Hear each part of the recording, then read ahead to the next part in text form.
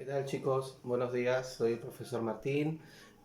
Vamos a ver lo que corresponde a la clase de Historia Universal de la política europea en el siglo XVI. Estamos terminando la Historia Universal. ¿Se acabó? Miren, ¿no? Ahora vamos a entrar a la historia del Perú. Nos falta un tema más. Después de ese tema vamos a ver Historia del Perú. Mientras tanto, tenemos que entender el contexto, ¿no? Siempre le digo, contexto. Tenemos que entender bien esta clase porque esta clase nos va a permitir entender eh, cómo es que sigue los momentos posteriores a la conquista de América. Vamos a ir a los incas y vamos a empalmar los incas, como he programado mi clase, como la he diseñado. Perdón, estoy con el pelo largo, pero no puedo salir ni siquiera a cortarme el pelo. Cuando he programado la clase de tal forma que vamos a construirla primero con la historia universal de la Edad Media, un poco la Edad Moderna, para entrar a ver las potencias europeas, y después vamos a entrar directamente hacia los incas. Y los incas vamos a ir desde el comienzo de los incas, todo de los incas, hasta cuando van a llegar los españoles. Es decir, la última clase de historia del Perú va a coincidir con la última clase de historia universal. Así es como tenemos que empalmarla.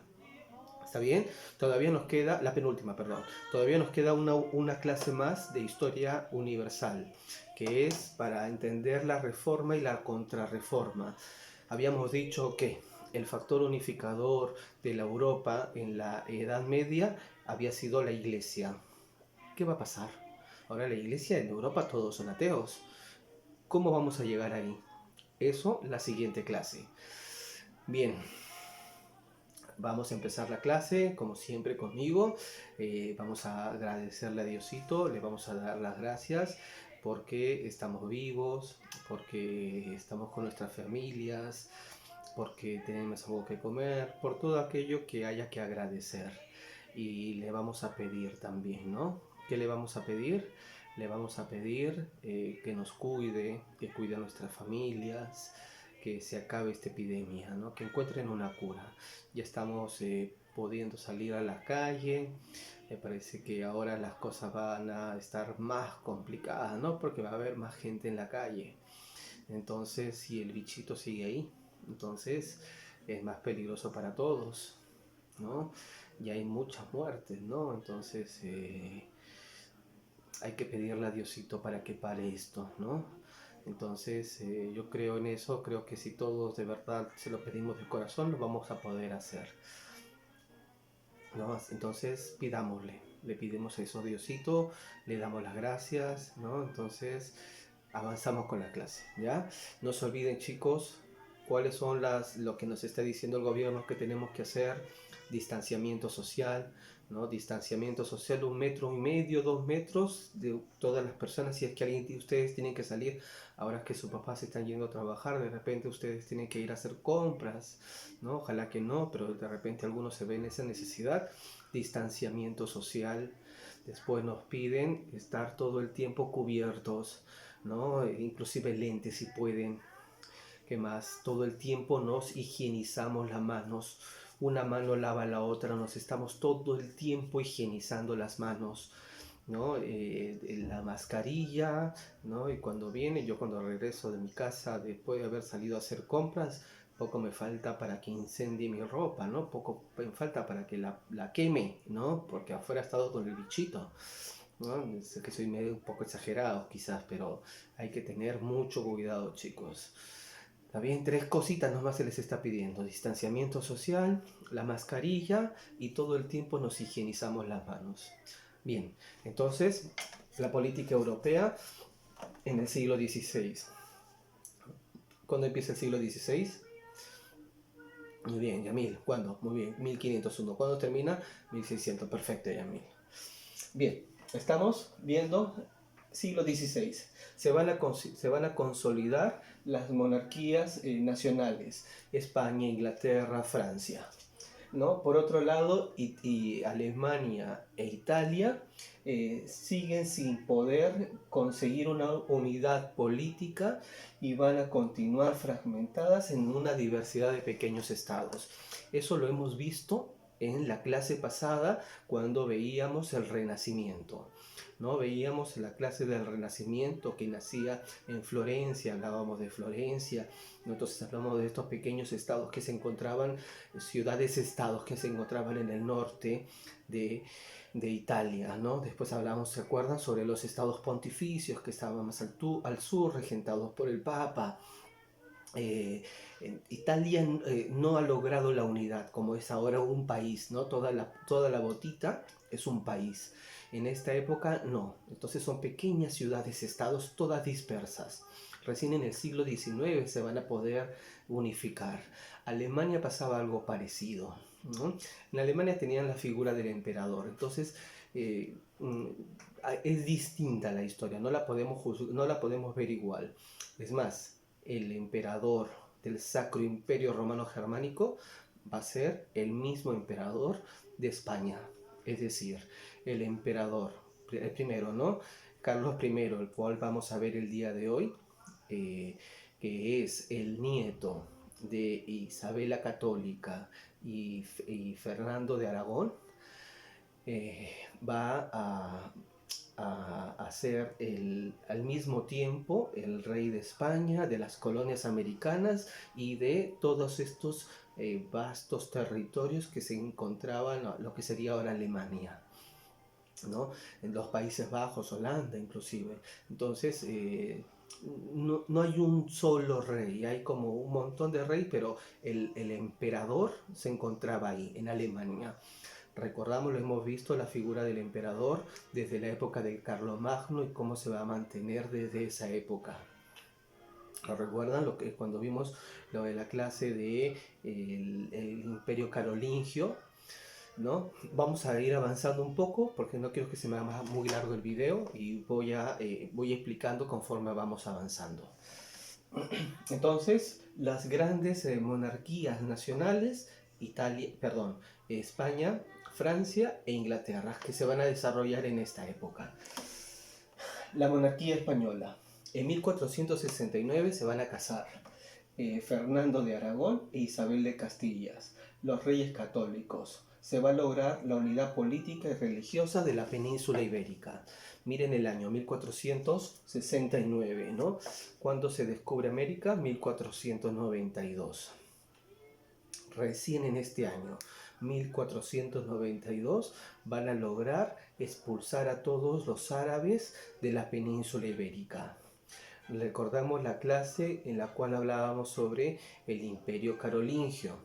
En el Imperio Carolingio eran los herederos del Imperio Merovingio, ¿no? Lo que habíamos terminado con los reyes holgazanes.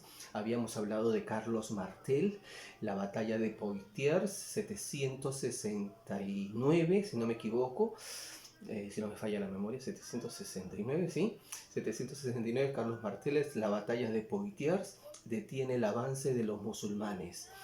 ¿Hasta dónde van a llegar los musulmanes? Hasta aquí, hasta la península ibérica.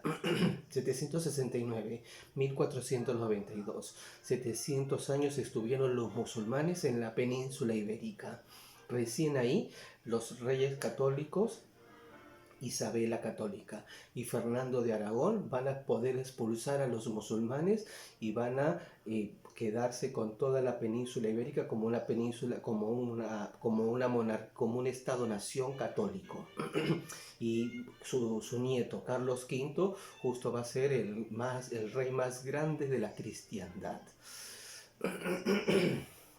Bien, entonces 769 está el califato de Córdoba, ¿no? Se encuentra en la península ibérica, ha derrotado a los visigodos, que eran los que se encontraban ahí. ¿Lo recuerdan? Lo vimos también en las primeras clases, en las clases sobre las invasiones germánicas. Los visigodos en la península ibérica, los ostrogodos en la península itálica, los francos en Francia, los vándalos al norte de África, los anglos en Inglaterra. ¿no? Entonces los suevos, están todas las tribus germánicas repartidas en distintos lugares de Europa. Justamente Europa en la Edad Media es la conjugación del mundo romano con las tribus germánicas. Eso es la Europa de la Edad Media. A las tribus visigodas que invadieron la península ibérica van a ser conquistadas por los árabes, ¿no? En el califato de Córdoba. Se van a quedar ahí hasta la unión, hasta cuando los reyes católicos Isabel y Fernando logran expulsarlos. 1492 es el año en que lo expulsan. ¿Y qué? Castilla y Aragón. ¿Qué son Castilla y Aragón? Todos sabemos de fútbol, las chicas un poco menos imagino, ¿no? El Real Madrid, Castilla, el Barcelona, Aragón. Ambos se juntan y forman el Reino de España. Eso es España, ¿no? La unión del Reino de Aragón y el Reino de Castilla. Entonces, el Real Madrid, Castilla y el Reino de Aragón, Barcelona, se van a juntar el Reino de España. Ellos son los que van a venir hacia América. ¿En qué año? 1492, cuando Cristóbal Colón va a descubrir América. Veamos un poquito de genealogía, ¿no? Los reyes católicos, Isabel y Fernando, van a tener una hija, ¿no? Porque después va a morir Isabel la católica. Solamente van a tener una hija que se va a llamar Juana, que se va a llamar, le van a decir Juana la Loca, los nombres, ¿no? Y después Juana la Loca la van a comprometer con un príncipe alemán. El príncipe alemán era Felipe, que le vayan a llamar Felipe el Hermoso. Entonces, Juana la Loca, la hija de Isabel y Fernando, se va a casar con Felipe el Hermoso. Felipe el Hermoso va a estar casado, va a tener como su abuelo, los linajes son alucinantes, ¿no? Su abuelo va a ser Maximiliano de Austria, de los Habsburgo, y su madre va a ser María de Borgoña, de uno de los reinos italianos. Entonces, el hijo, el heredero de ambos, era heredero de todo, ¿no? De todo el Sacro Imperio Romano Germánico, ¿no? Por la casa de los Habsburgo, porque Maximiliano de Habsburgo, el heredero de la familia de los Habsburgo, que es la casa europea una de las casas europeas más importantes, ¿no? Va a casarse con la de la casa de Castilla y Aragón, ¿no? Con la hija de Isabel y Fernando. La hija de Isabel y Fernando, Juana la Loca, se va a casar con el nieto de Italia y Alemania, ¿no? Y va a formar un gran imperio. ¿Quién va a ser él? Carlos I. La historia es alucinante, chicos. Si pueden conseguirse algún libro de historia para leerlo, porque la vida de estos reyes son alucinantes, ¿no? Los nombres, inclusive, ¿no? La pobre mujer, Juana la Loca, termina encerrada en, en una torre, ¿no? Perdida, la habían acusado de loca, ¿no? Porque estaba celosa, porque su marido le sacaba la vuelta todo el tiempo. La historia es terrible. Ese es el abolengo, ¿no? Ese es el abolengo de Carlos I. Carlos I de España va a ser educado en Austria. Ni siquiera hablaba castellano. Va a llegar después a España y va a formar, va a ser por ambas vertientes, ¿no? La vertiente española y la vertiente alemana, va a ser el imperio de todo lo que España va a ser el rey de Países Bajos, del Sacro Imperio Romano Germánico, del Reino de Borgoña, de todas las posesiones americanas. Se le va a llamar el máximo emperador de la cristiandad.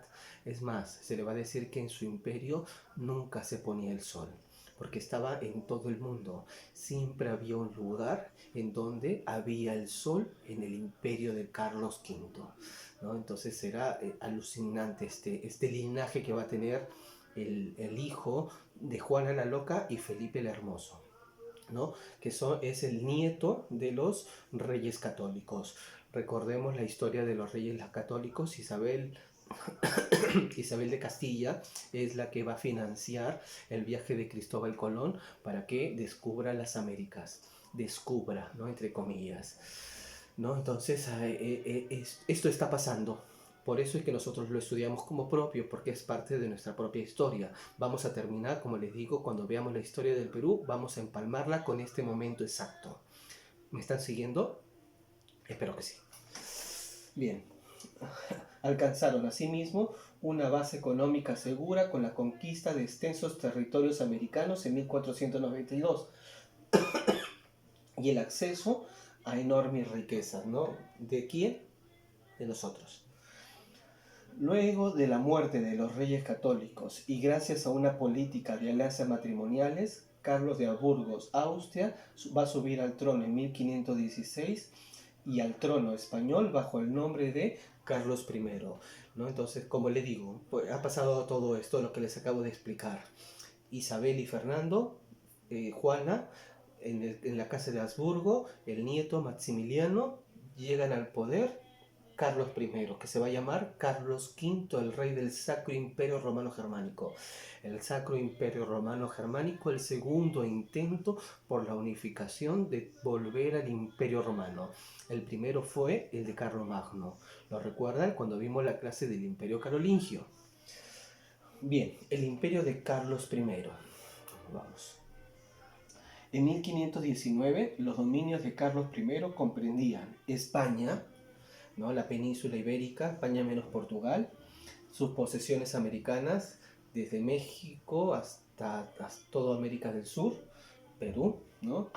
Austria, porque era de los Habsburgo, los Países Bajos, porque lo que respondía a los Habsburgo, y el sur de los Italia por la parte materna, por María de Borgoña, ¿no? El sur de Italia, los reinos del sur de Italia, su abuela, la esposa de Maximiliano, María de Borgoña, era la heredera de estos reinos. Entonces, este rey, Carlos I, es heredero de todo este vasto territorio.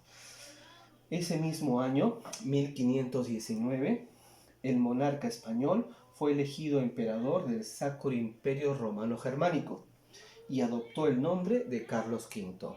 Carlos I en España, Carlos V, el emperador del Sacro Imperio Románico, con todos estos territorios que va a poseer por la herencia paterna y por la herencia materna. ¿Qué tal herencia? Este emperador va a intentar concretar un ideal que tenía orígenes medievales. Lo hemos visto desde que empezamos a ver la historia universal en la Edad Media. ¿Cuál era ese intento?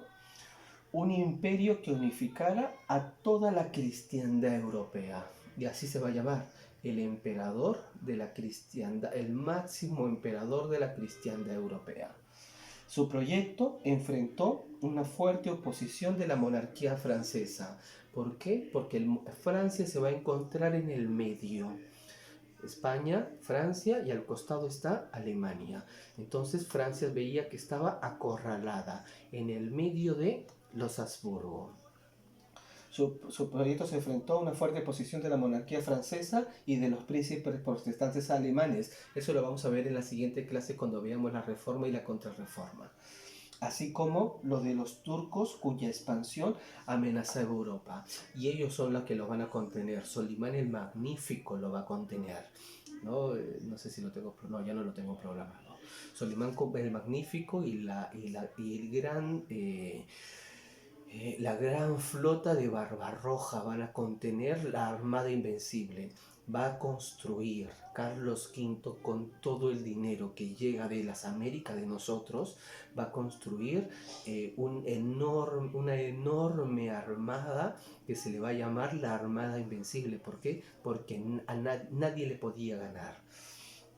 Eso también va a ser un problema para España, porque toda la riqueza que extraían desde América, en España no la van a usar para modernizar la economía, sino la van a emplear para guerras. ¿Para qué motivo? Unificar la cristiandad europea. El nombramiento imperial de Carlos I fue rechazado por Francia y Inglaterra, que temieron la preponderancia del emperador. La más afectada fue Francia, ya que su territorio estaba cercado por los dominios del emperador. Todo lo que estaba alrededor de Francia va a ser los dominios de Carlos V. Las tensiones entre Carlos y el rey francés Francisco I de Valois desembarcaron en una guerra. En 1525, Francisco I va a ser derrotado en la batalla de Pavía. El conflicto se va a prolongar hasta 1529, año de la paz de Cambrai, ¿no? Van guerras, ¿no? Esto es lo que estamos viendo. Estamos viendo que desde ahorita, ¿no? Este rey en su intento de unificar toda Europa bajo su égida, ¿no? Porque no era que quería que todos los europeos estén unidos y qué bonito, sino que él ser el rey de todo el imperio europeo. Entonces se va a encontrar por un equilibrio entre las potencias europeas, la que acabamos de ver, ¿no? Francia e Inglaterra van a tratar de contener este avance de la monarquía española, que era muy poderosa y tenía muchos ingresos que venían sobre todo de las colonias americanas, de nosotros, ¿no? Y el dinero, ¿en qué se va a emplear? En guerras. Desde aquí la empezamos a ver. Se empieza a pelear con Francisco I de Francia, ¿no? Hay idas y venidas, lo va a soltar con el juramento de que no se vuelva a rebelar, igual se va a volver a rebelar, ¿no? Se va a estar todo el tiempo enfrentando hasta que va a ganar realmente el rey español, ¿no? Pero a un alto costo. ¿Cuál es el alto costo? Su economía no va a terminar de desarrollarse, que lo pudo haber hecho desde este momento. Y se inició asimismo la hegemonía española en Italia a cambio de la cesión de Borgoña a Francia. Eso va a ser, ¿no? Entonces, con esto también va a calmar a los franceses, ¿no? Parte de su territorio, Borgoña, que era de la herencia de su padre, porque su padre era nieto de María de Borgoña, le correspondía el sur de Italia. Le va a entregar a los franceses para que los franceses se encarguen de administrarlos y tenerlos tranquilos. Carlos I, o Carlos V, también va a enfrentar las reformas protestantes, pero sus intentos por mantener la unidad religiosa de los alemanes fracasaron, lo cual debilitó el poder real. Después de varios enfrentamientos militares contra los protestantes, el emperador tuvo que resignarse a firmar la paz de Habsburgo. Todos sus intentos están siendo fallidos, ¿no? Quería unificar toda Europa, primero con los franceses y ahora dentro de la misma Alemania, el Sacro Imperio Romano Germánico. Él quería que todo fuera católico. Iba a aparecer un actor en escena. ¿Qué actor? Martín Lutero. Lo vamos a ver, como les digo, en la siguiente clase. Martín Lutero se va a rebelar contra la autoridad la autoridad del Papa, y va a ser una nueva iglesia, y la iglesia protestante, que se va a decir porque protesta contra lo católico. Entonces él va a tener muchos príncipes, porque el Sacro Imperio Romano Germánico eran pequeños principados, por eso decimos que Alemania no está unificada. Estos pequeños príncipes, muchos van a adoptar lo que Martín Lutero está diciendo y van a chocar contra el rey Carlos V. Ya Carlos V no quiere seguir enfrentándose y teniendo muchas guerras, porque se le habían abierto muchos frentes, y va a establecer lo que se va a conocer como la paz de Habsburgo. Habsburgo es una ciudad en Austria. Sí, en el año 1555. Miren cuándo empezó el 1519. Carlos tuvo además que enfrentar el avance de los turcos sobre Europa, ¿no? En 1529 sus tropas evitarán que estos conquistaran Viena.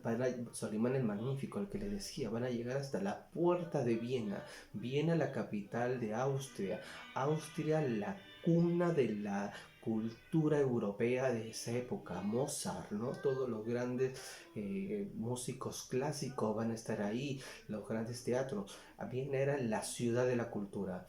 Entonces, pero era de todas maneras dentro de su familia. Entonces él tenía que detener a los turcos que estaban llegando hasta ahí y va también a tenerse que pelear contra ellos. Sin embargo, la presencia turca en el Mediterráneo se va a mantener. Ahí sí los frena, ¿no? Pero no va a poder frenar lo que estaban, toda la armada que se encontraba en el Mediterráneo de los turcos, que realmente era muy poderosa. Se mantuvo por algún tiempo más. En 1556 ya estaba cansado, ¿no? Carlos I va a abdicar. ¿A quién le va a dar? Juana la Loca va a tener 4 hijos, 2 mujeres y 2 varones. El otro varón, Fernando, se le va a dar las posesiones que le correspondía a Alemania, y él se va a convertir en el emperador del Sacro Imperio Romano de Alemania, ¿no? Del Sacro Imperio, ¿no? De la posesión de los Habsburgos en Alemania. A su hermano Fernando le dejó el imperio alemán y las posesiones de los Habsburgo. En cambio, a su hijo Felipe II, la Casa de Austria, le va a dejar la corona de España, sus dependencias italianas, los Países Bajos y los dominios americanos, ¿no? Felipe II el Prudente, ¿no? Así se le va a llamar. Se va a casar 3, 4 veces, tiene un montón de hijos, casi todas mujeres, ¿no? Va a tener un hijo que es Carlos el Loco, que le van a decir. La historia de estos reyes son alucinantes, ¿no? Cuando termina con Carlos II y también el fin de los Habsburgos es alucinante, ¿no? Pues lo vamos a ver, no se preocupen el año que viene, cómo termina esta familia, ¿no? Con el hechizado que le decían.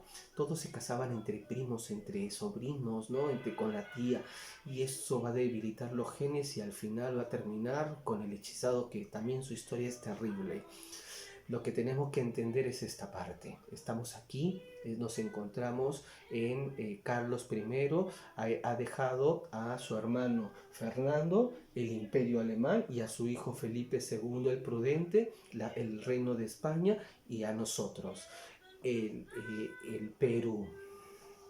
Durante su etapa colonial española va a tener 2 casas regentes españolas. Esta, la de los Habsburgos, que va a empezar con Carlos I, Carlos V, y hasta Carlos II Carlos I, va a terminar una serie de Carlos y Fernandos y Felipe, que casi todos son así, se llaman así, hasta Carlos II en el año 1700. De ahí va a venir la Guerra de Sucesión Española, y en el año 1711 va a empezar la dinastía de los Borbones. Es decir, durante los casi 300 años que el Perú fue colonia de España, hubieron 2 casas reales distintas gobernando en España: la casa de los Habsburgo y la casa de los Borbones. Eso es lo que tenemos que saber en segundo de secundaria. La época de Felipe II. Al igual que su padre, Felipe II, hijo de Carlos V, el emperador del Sacro Imperio Romano Germánico, al igual que su padre, Felipe II se va a proponer acentuar el centralismo monárquico, ¿no? Que todo recaiga en la figura del rey de España, en su figura, mejor dicho. Contener el fortalecimiento de Francia y detener el avance de los otomanos, de los turcos y de los protestantes, ¿no? Porque son familias católicas. Tras vencer a los franceses y obligar a abandonar sus pretensiones sobre Italia, va a derrotar a los otomanos en la batalla de Lepanto. ¿Cuál es esta batalla? Miguel de Cervantes Saavedra, el manco de Lepanto. Esta es su batalla. En esta batalla es donde va a pelear, y aquí es donde va a quedar manco. Por eso es que es famosa esta batalla. Por eso es que ustedes también la deben conocer, ¿no? El del Quijote de la Mancha, ¿no? Aquí es donde el Quijote de la Mancha se va a quedar manco. Pocos años después, Felipe II aprovechó que el rey de Portugal, Sebastián I, murió sin dejar descendencia para reclamar el trono del país vecino por su condición de hijo de la princesa portuguesa. ¿Qué va a pasar? Carlos I se va a casar con Isabel de Portugal. Isabel de Portugal era hija de Sebastián I de Portugal. Sebastián I de Portugal, el rey de Portugal, no tenía más hijos. Entonces, a quien le correspondía heredar el reino era a Felipe II. ¿Me dejó entender? ¿No? Carlos I se casa con Isabel de Portugal, tienen a Fernando. Fernando le correspondía entonces los reinos de España y los reinos de Portugal. Es decir, durante este periodo de tiempo, todos los reinos de América van a ser posesión del mismo rey. Tanto lo del lado español como los del lado portugués. Era una pretensión ansiada y con él se va a unificar toda la península ibérica. Pese a la oposición de la nobleza lusitana, los lusitanos son los portugueses. Felipe II se hizo coronar rey de Portugal en el año 1580 y de todo su imperio colonial, del Brasil, pero no tan solo de Brasil.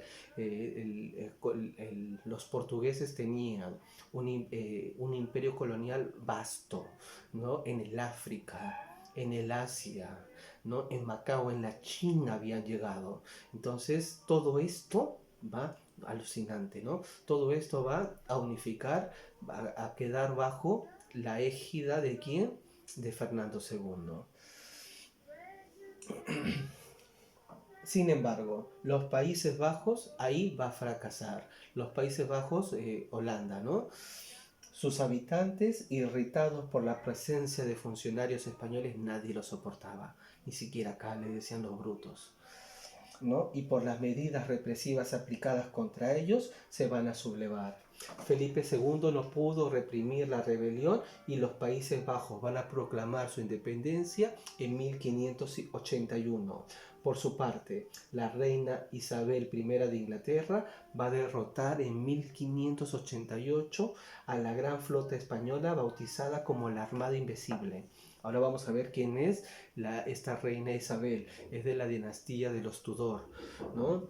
El dominio quedó así, el dominio del mar va a quedar en manos de los ingleses. Felipe, pues todos los nombres se confunden. Felipe se va a casar con María. Enrique, la dinastía de los Tudor, que son Enrique VIII y Isabel I, ¿no? Y María I, que va a morir sin dejar descendencia. Enrique VIII va a hacerse rey después de la Guerra de las Dos Rosas, la guerra entre los Lancaster y los York. Es una historia también genial, hay que leer esa historia porque es bien bonita. Se van a pelear las dos casas más importantes por el trono de Inglaterra. Va a quedar unificado las dos rosas, por eso se va a llamar las dos rosas. Una era roja y la otra se va a quedar blanca y se van a unificar en una sola. Ahí va a entrar en el trono los Tudor. Los Tudor, ¿al mando de quién? De Enrique VIII. Enrique VIII después se va a casar con las hermanas Bolena, es también de película, ¿no? Y va a tener hijos con ella. Con una de las Bolena va a tener a estas dos hijas, ¿no? A María y a Isabel. María, la hija mayor de Eduardo VIII, María se va a casar con Felipe II, pero no van a tener descendencia, ¿no? ¿Para qué? Para enfrentarse a los franceses, ¿no? Entonces, pero al mismo tiempo las cortes no se querían, ni los franceses, ni los ingleses, ni los españoles se querían entre sí. Entonces habían dicho que si pasaba algo, solamente el heredero, pero no dio heredero la unión de Felipe con María. María va a morir sin dejar hijos. Entonces, quien va a heredar el trono no podía ser Felipe porque ya sería demasiado todo lo que tuviese. Entonces a quien le correspondía era a la otra hija de Enrique VIII. ¿Quién era la otra hija de Enrique VIII? Isabel I. la reina virgen. Así se le van a decir, porque nunca se casó y nunca tuvo hijos.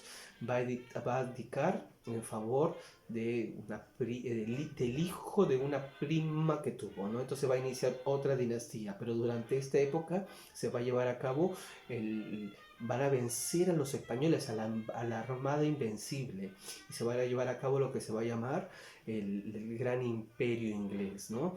Aquí es donde van a sentarse las bases para la construcción del imperio inglés. El ascenso de Inglaterra, ¿no? Ya vimos cómo el dominio va a quedar en manos de ingleses cuando Isabel I va a vencer a su ex cuñado, Felipe II. En 1485, Inglaterra estuvo gobernado por la dinastía de los Tudor.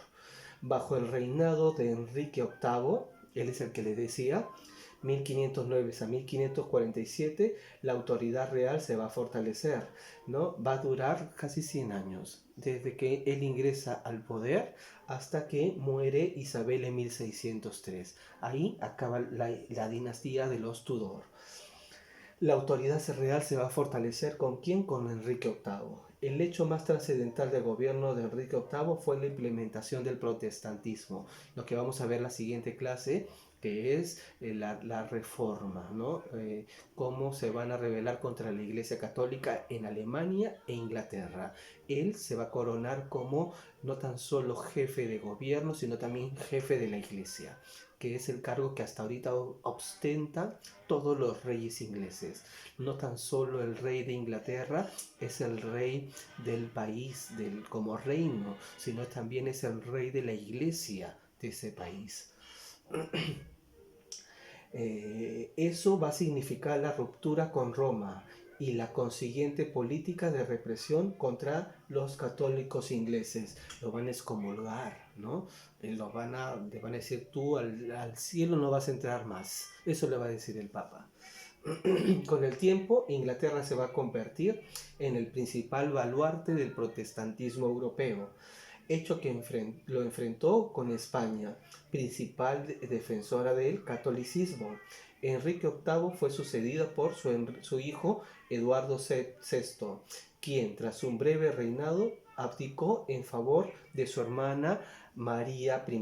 María I, la que se casa con Felipe II. Ella era católica, ferviente y además esposa del monarca español Felipe II. Intentó restablecer el catolicismo, pero no tuvo éxito.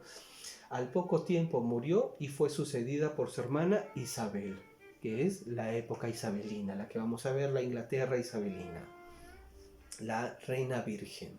Entonces no tuvo hijos, se casó con él, el matrimonio fue un fracaso, se morían todas las esposas de Felipe, se morían todas sus esposas, él seguía vivo, ¿no? Y terrible su historia también. Todas las historias de estos reyes son terribles.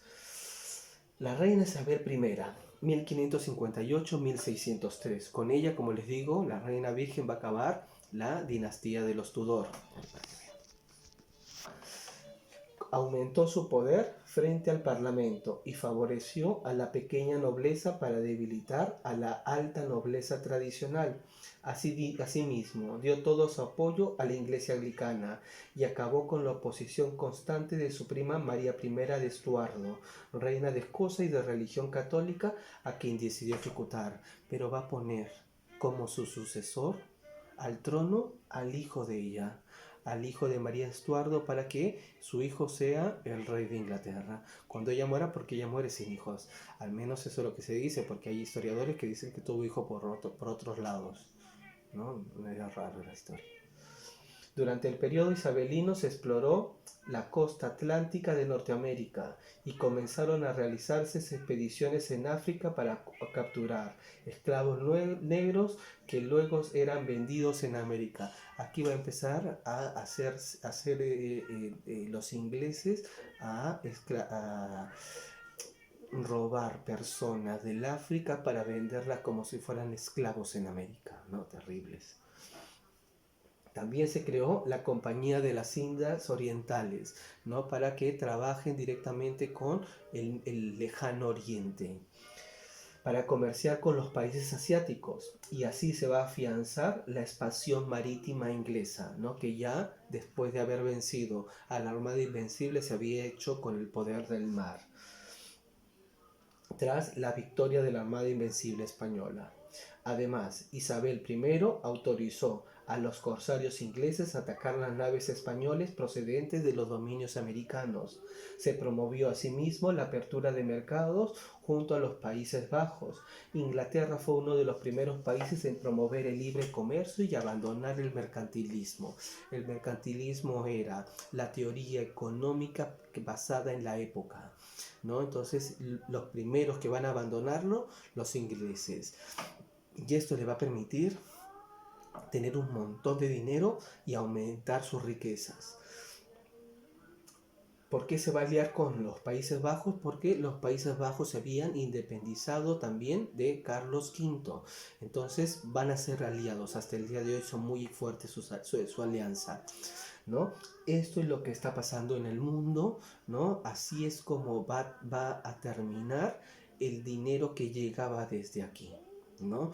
El dinero que llegaba desde América hacia España no va a construir el imperio que ellos quisieron, sino que va a terminar en este episodio que les estoy contando, ¿no? Por eso le digo, hay que recordar este momento porque tenemos que empalmarlo con el último momento de la clase de historia del Perú, cuando veamos cómo el imperio incaico es tomado por los españoles, ¿no? Y todas las riquezas de no tan solo el imperio incaico, sino también de todas las Américas, ¿no? Va a terminar, pero va a terminar así. España va a terminar de esta manera, tampoco se va a ver beneficiada. Esto es la clase del día de hoy. Como le digo, es la penúltima clase que corresponde a la historia universal. Me queda una clase más y en esa clase vamos a avanzar lo que corresponde a la reforma y a la contrarreforma. Vamos a tener examen. El examen necesito sus material de estudio, ¿no? Por favor, porque después no se vayan a quejar. ¿Está bien? Espero que la clase les haya servido para construir su material de estudios. Estoy pensando en ustedes, chicos. Tengan un buen día. Chau.